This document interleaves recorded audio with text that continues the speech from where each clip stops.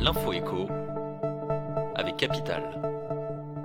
On commence avec le chiffre du jour, 750 000 €, c'est en moyenne le prix du spectacle pyrotechnique organisé par la ville de Paris à l'occasion du 14 juillet. De cette somme, 400 000 € sont dédiés notamment au personnel et à la sécurité. Chaque année, environ 15 000 feux d'artifice sont tirés en France le soir de la fête nationale. Les coûts varient selon les communes. Il faut compter entre 1 500 € dans un petit village et 5 000 € dans une zone plus touristique. Dans les grandes villes, les prix sont plus importants. À Bordeaux, Marseille ou Carcassonne, ils peuvent grimper entre 100 000 et 200 000 €.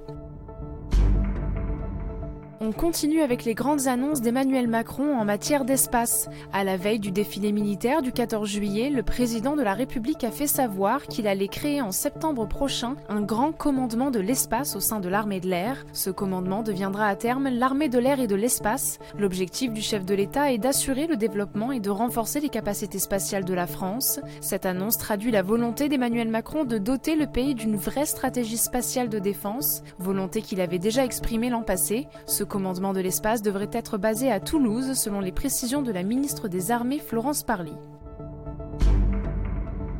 Et le coup de gueule du jour est poussé par les producteurs de melons. À cause de la canicule de la fin du mois de juin et du début du mois de juillet, il y a une surproduction ponctuelle de melons. Les fortes chaleurs ont fait mûrir ces cucurbitacées plus rapidement que prévu. Résultat, toute la production arrive d'un coup sur les marchés au lieu de s'étaler sur la saison. Cet arrivage massif entraîne des promotions et des offres commerciales qui font chuter le prix du melon et donc le prix payé aux producteurs. Mais une fois le pic de production passé, la situation pourrait se tendre. Sur l'ensemble de la saison, la filière risque donc de connaître une situation de sous-production.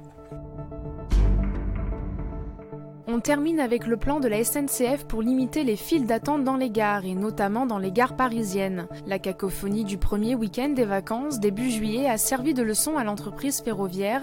La directrice générale de la branche voyage a donc détaillé auprès du JDD ce qu'elle compte faire pour que l'expérience ne se répète pas. Dans un premier temps, depuis le 12 juillet, 150 agents supplémentaires ont été mobilisés pour désengorger les files d'attente. Dans les gares, tous les guichets de vente devraient également être ouverts afin d'accueillir le plus de monde possible. Et des monnayeurs devraient être déployés afin que les transactions aillent plus vite. La SNCF prévoit enfin la formation d'une 50aine de vendeurs afin qu'ils puissent être opérationnels lors des prochaines périodes de grand départ et notamment Noël.